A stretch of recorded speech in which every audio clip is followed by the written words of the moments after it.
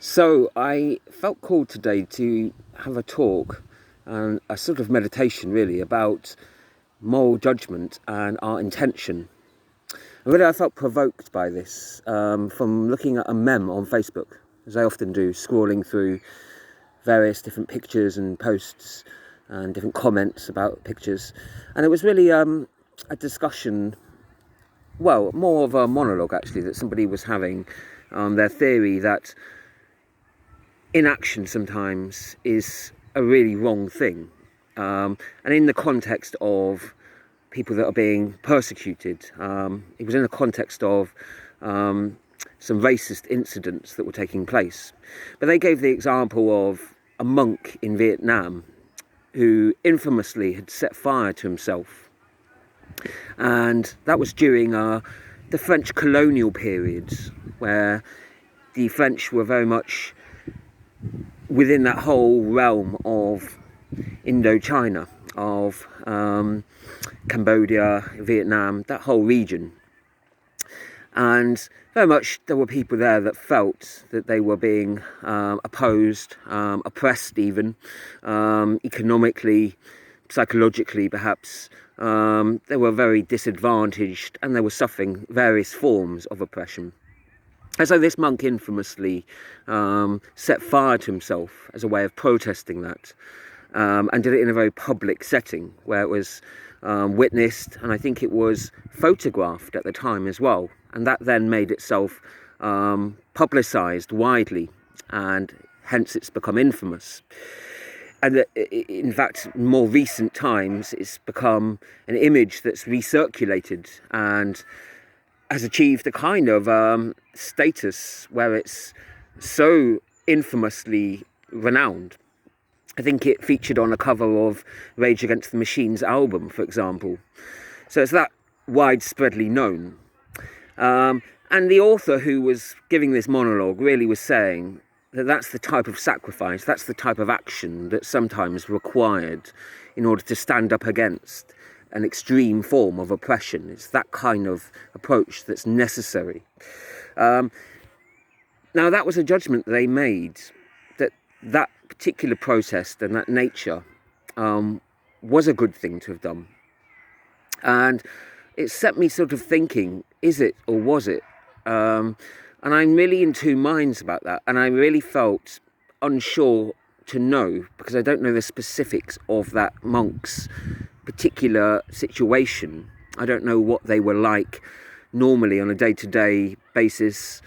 I don't know what kind of actions that they had lived, how they lived by during the course of their many years or decades perhaps of their lifetime. So I don't know what type of personality or character that they had.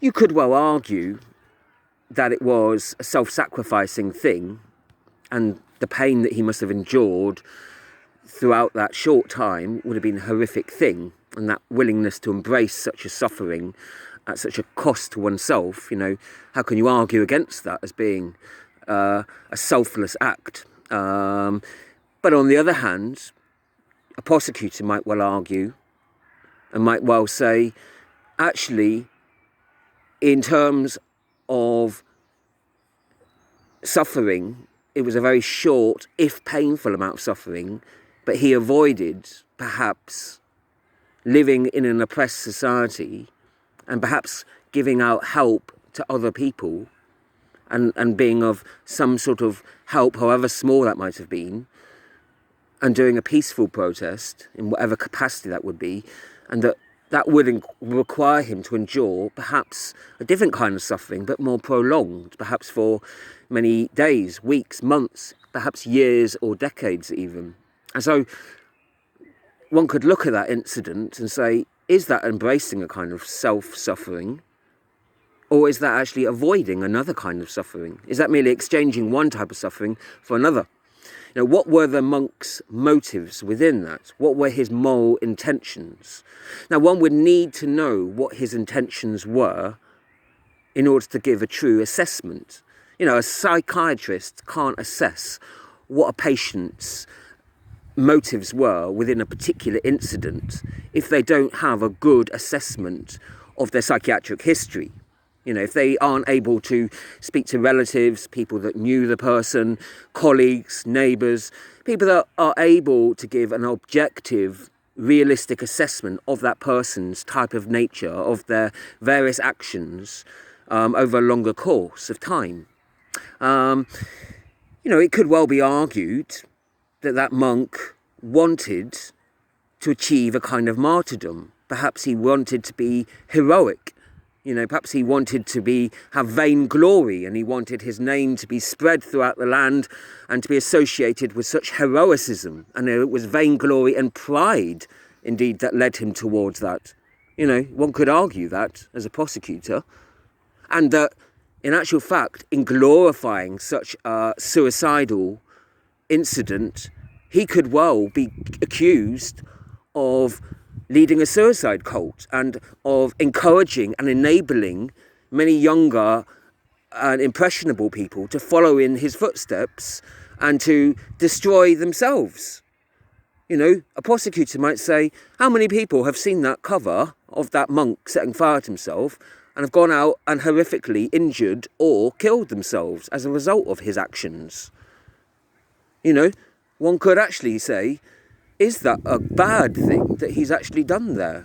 You know, one on the other hand, as a defender of him, could say he brought attention and awareness to people's suffering that were being oppressed for a long time, and brought an awareness within the public realm, within a global setting, to many other people that were unaware of the particular context and situation of the oppressed nature of the Vietnamese and of specific people suffering within that community that he was living in.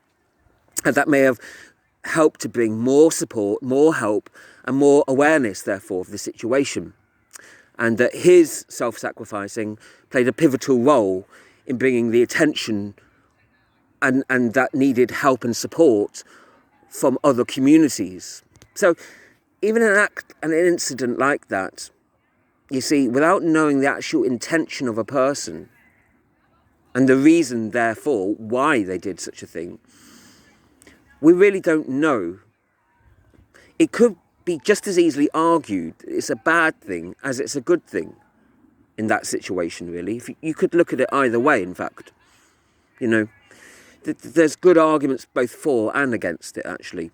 So without specifically knowing the actual context, the individual themselves, their history, you know, but also the wider social context too, the groups that they were living within, the type of situation and the type of oppression that they were living under, you know, how other people responded within those specific contexts and situations too. So the point I'm trying to make here is, I suppose, that we are not always sure, just by the incident and the action itself, what someone's moral intent is. So therefore we need to be quite cautious before we give any kind of judgment over others. You know, we're not able to condemn or save somebody's soul. I can't reincarnate them. I can't send them to heaven or to hell. I don't have that ultimate power over others to do such a thing. Whether you believe in things like that or not, you know, I'm not aware of any human having those capable powers to do something of the nature of someone's soul. You know, at most, we can help or hinder each other, as far as I see. You know, we might be able to extend someone's life by helping them with something wrong with their body, or we might injure their body in some way. We might be able to help them in their soul's development or hinder them, perhaps. But we can't take responsibility for what their actions are. And we can't always know what the intentions behind their actions are either. I want to give a couple of examples here of how we can't always know from an intention. It's not always the harm that somebody does that is a good guide to what their actual intention was. Somebody might well cause a lot of harm but not have any bad intentions at all. Think of somebody who has had a distressed phone call from someone they believe to be suicidal, and they might take their own life, and they need to get there ASAP, right? As soon as possible, okay? They've got to rush across a city through gridlock traffic. They're swerving and driving at speeds they would never do normally. Okay, desperate to get there before this person might do something. Okay, they don't have a contact number perhaps for the neighbour or know anyone else that lives there. They're their only help. They might have good intentions to try and get there quickly to save this person, but on the route there, perhaps through dangerous driving, they knock down an innocent pedestrian, they injure someone or kill them, and they cause great harm in doing that. Was their intention to knock down a pedestrian? No. Their intention was to get somewhere quickly, to save someone, to extend someone's life, to actually administer some sort of compassion, some counselling, some support emotionally and perhaps even physically to them. You know, they could be driven by a very good instinct and yet still cause great harm. So there's a situation. I've just made it up, that one, but you can think of other similar situations to that. There's a situation, like others, where somebody has got good intentions but actually ends up causing harm. We could think of the opposite, of course. Somebody that's got very bad intentions but doesn't actually cause any harm. Somebody that goes and blows up a building, but it turns out that the building was empty. You know, perhaps the bomb went off on a Sunday, who knows, and the building, you know, they didn't know that no one would be there at that time. Or they had some forewarning of the bomb and they evacuated just in time. Well, that person intended to kill and to mass murder and to cause horrific injury to many, many people. Fortunately, in that situation, nobody was hurt and everyone was evacuated, or the building was empty to begin with. But there's a situation, an example again, but you could think of similar situations, couldn't you? Somebody shoots a gun at someone, for example, but they miss, but they meant to hit. You know, so somebody could actually cause zero harm to someone, but actually have the intention of causing severe harm to others. So what our intentions are don't always align with what our actual actions turn out to be. We can't always assess or know someone, therefore, by what their actions and what the consequences of those actions only are. You know, we have to know what the person is, we have to know what their intentions are. Okay? But to know what someone's intentions are isn't always an easy thing. Sometimes if we know the person very well, we know them forensically, you know, we've had ample time to study them, we've invested the amount of time and energy that is sufficient in order to know someone. For example, I've lived with someone for a long period of time. I've seen them in good and bad situations. I've seen them under pressure, what they're like. I've seen them when they're casual and acting joyful too. I've seen them in a variety of different emotional and physical situations. So I'm able to know in general what their type of character is more like.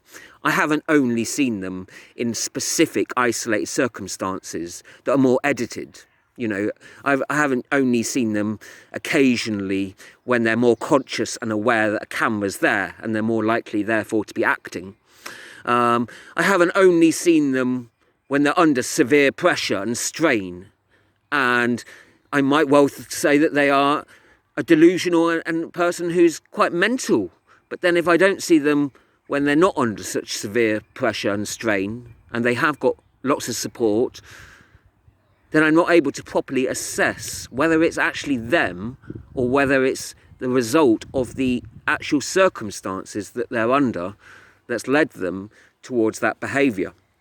Someone can exhibit a mental behaviour, but that could be the result of an extremely mental situation or circumstances that they're in.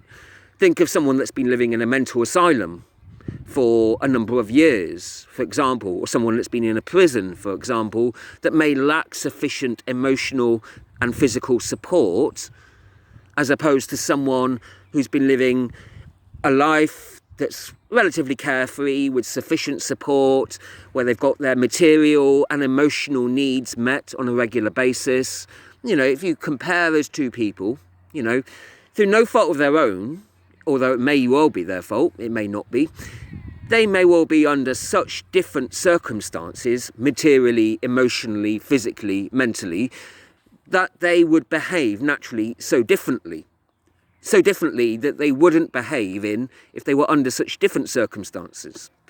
So I'm saying, in order to know someone's real intentions and real character, we would have to know a great deal about that person. And how often do we really get to know someone in that forensic manner, where we have actually witnessed them under such differing strains? We've seen them when they're under no stress particularly, or we've also seen them when they're under a great deal amount of stress. We may have seen them when they're physically very well and able-bodied, where they are on holiday, where they're with friends and family, where they're very casual, where there's no real pressure upon them. We may have witnessed them suffering some injury or some illness that has a real effect on their body or their mind, where they may be homeless, where they may be working in harsh conditions, where they may be around other people that exploit them or take advantage of them. So we may have witnessed them in different situations, and we may be able to compare how they behave in those different environments. And that, through that kind of discernment, we would be able to get a kind of idea of who and what they're about, rather than what they are like only under those specific circumstances. There's a very interesting psychological thing, isn't it? How are we really truly able to know anyone, what anyone is really like, and whether it is actually who they are, or whether it is as a result of the specific circumstances, the family, the type of environment, their childhood, the type of economic background, the type of parenting, the type of opportunities they've had within their life, the type of experiences that have helped to shape and influence who they are. You know, there's social influences, the type of community that they've grown up within, and all those kind of things that help shape and influence what a person's choices are.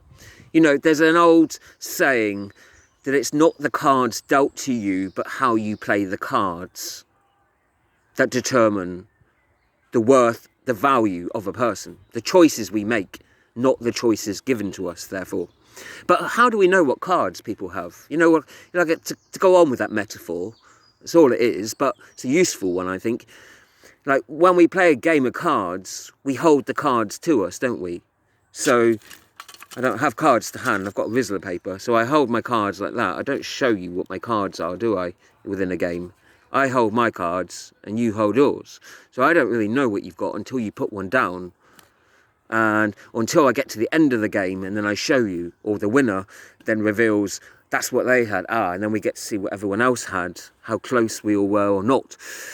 But during the actual course of a game, we don't really know what someone's holding. We can work out sometimes through some kind of logical deduction, but still we're not totally sure.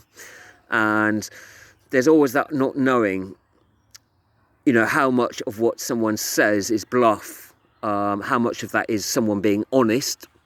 You know, some people, you can read their facial gestures, unless they're a good poker player, perhaps. Some people are not so easy to read. And so I kind of think that metaphor is useful. We don't always know what cards someone is holding. We don't really know. But how we play our cards, you know, there is some kind of skill within that. You know, what we choose to keep to ourselves, what we choose to put down and share with others. You know, there's a sort of, depending on the type of game, you know, there's various types, aren't there? But there's a type of skill in how we play and how we perform and how we use our circumstances and the opportunities given. But we don't always know what those opportunities were. You know, somebody might exaggerate and make out that they had better opportunities than they really did. But on the other hand, it's just as plausible, and I think more likely, in fact, somebody might actually make out that they had worse circumstances as a motive to try and gain some sort of attention or sympathy from others.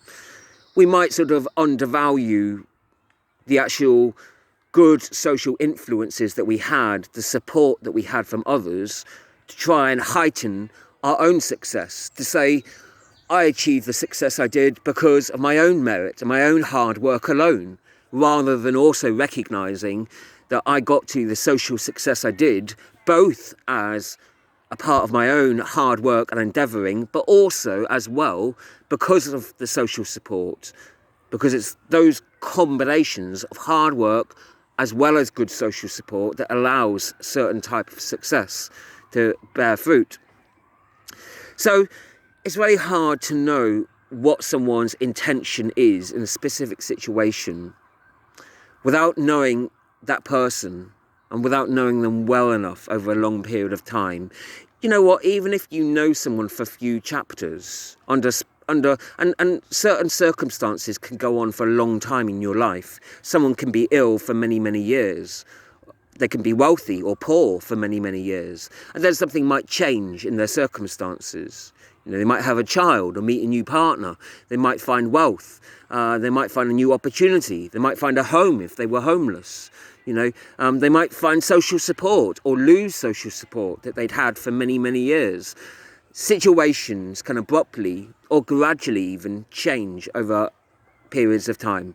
So even if we've known someone for a long period of time, it might be as well that those influences can last for a long period of time. They can even last for an entire lifetime. Somebody can have good health for a whole lifetime. They might be in poverty for a lifetime. They might have good or bad social support for many decades, many years, or however long. So the length of time itself also is not indicative of how well we know that person, because those type of influences that can contribute towards how we act and how we perform and how we behave to others, those influences can last for very long periods of time. They can be present throughout an entire lifetime, although they can fluctuate accordingly. And so it's very hard to know. That there's a good argument, actually, that would be a good reason why something like reincarnation would be a good design in terms of evaluating what someone's real character and real abilities as a person is. Because in different lifetimes, you could make sure that they were under a variety of different positions and thus different things that would influence them.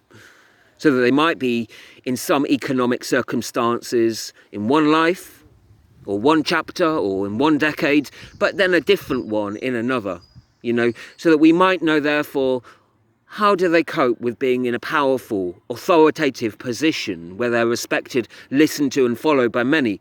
How do they cope with a social poverty, though, where they're anonymous, or they've got very limited support, or they're followed by few to no people, and where they are hardly listened to and they may be ignored for many years or decades? You know, how would they cope under that situation? And it's by comparing how someone copes with one position as opposed to a contrasting opposite position, and comparing how people cope and perform within an ability of differing positions. That is how one would assess truly the character and the conduct of a person, to know the fulfilling how much it is actually that person being who they are, rather than the actual circumstances that they're within that alone contribute towards who they are.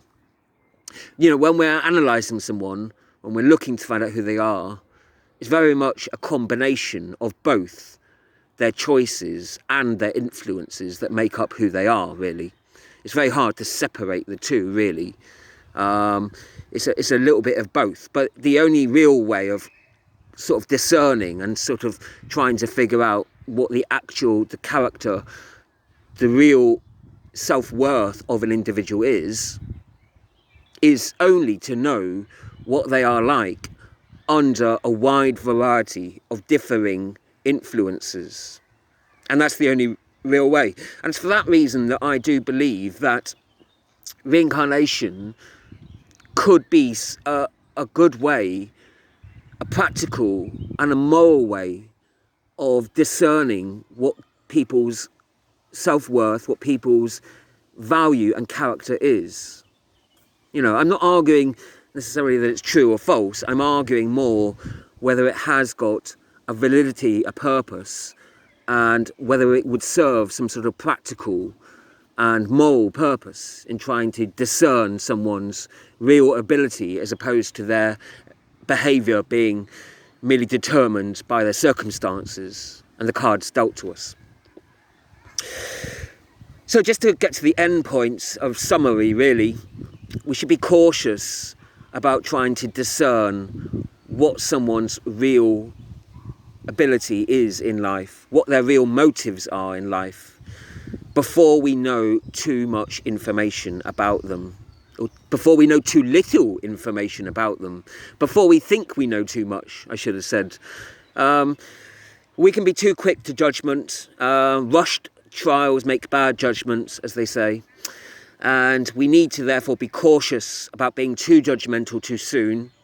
There's also another problem if we want to sit on the fence and be agnostic about everything all the time and never make any moral discernments. You know that there's a problem within that as well. I'm not saying that there aren't sometimes some situations that sometimes call for us to make moral discernments. Absolutely. If you witness an assault and you think, I've got to step in to help a victim and I've got something I could share and help them with, and you feel morally compelled to do that, and then if you don't do that, you will feel some sort of moral problem within yourself. You might have that regret, mightn't you? Think, why didn't I help that person?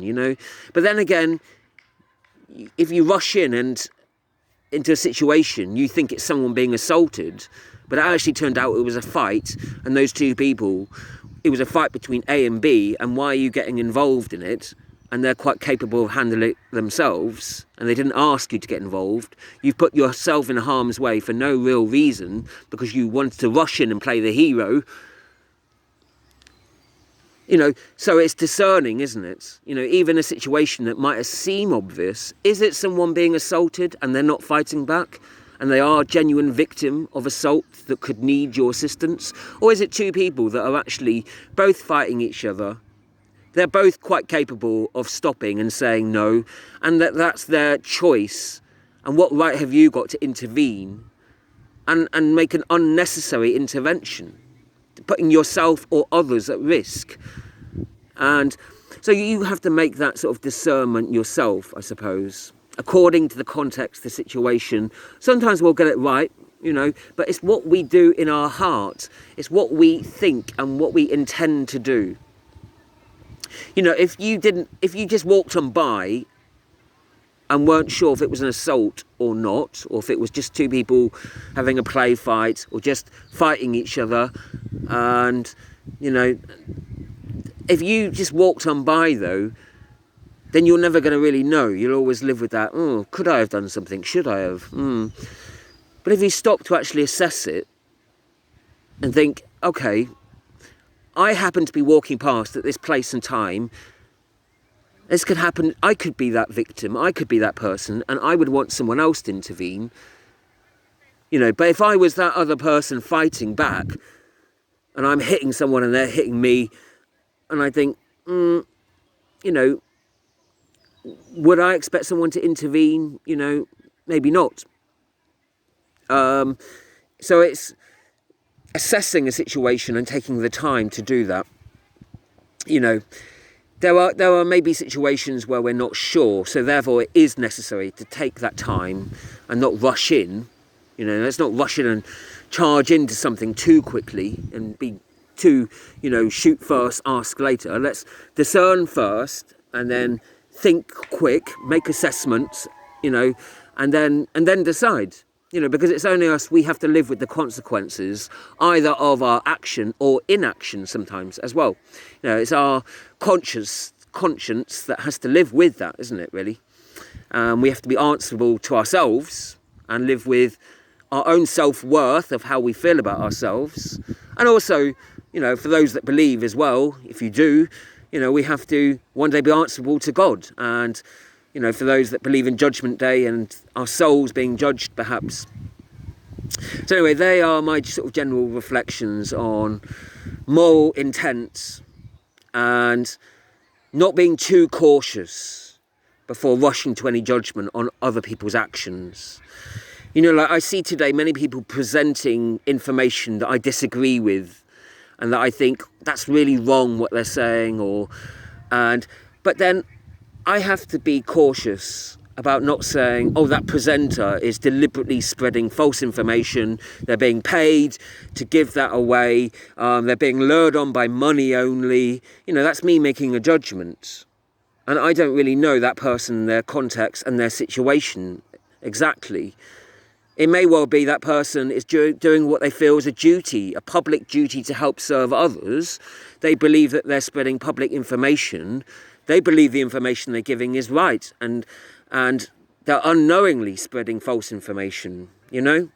Or I might have been right in my first analysis and judgment that they are being incentivized by the financial motivation, you know? Or I may have to remain agnostic if I lack sufficient evidence to prove it either way, and that the benefit of the doubt at least allows us not to falsely accuse people that may be innocent, even if it may allow some people to, at least for some time, get away with some things under the cover of this doubt and this uncertainty. Because I don't want to accuse someone falsely that may be spreading false information, but may well genuinely believe that, or that I might be wrong in my diagnosis, and that the information that they're giving might be quite right and accurate, and that I might be the one who's mistaken, and that I've made a complete mistake in my own assessment somehow, you know, and that can happen too. So, you know, it's not rushing to any judgment too quickly. And sometimes that does mean that we have to remain agnostic about some situations. And there are different degrees of agnosticism. It's not total absence of knowledge or total knowledge. You know, there's not all or nothing. There's this little sort of gradients of knowledge in between total knowledge and total ignorance.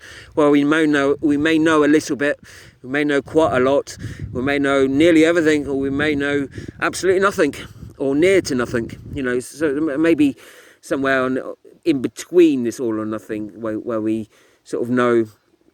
And so yes, there are my general thoughts. My general thoughts on assessing other people's intentions. But I think it also means that we have to as well assess what our own intentions are, and that's really crucial too. You know, before we rush in to play the hero, or even to risk being the villain perhaps in something where we do have to say something or do something unpopular, we have to think first, you know, what's my intention in this? You know, is it to help others really, or is it to appear to help others? You know, to get attention, to be liked, perhaps. You know, we have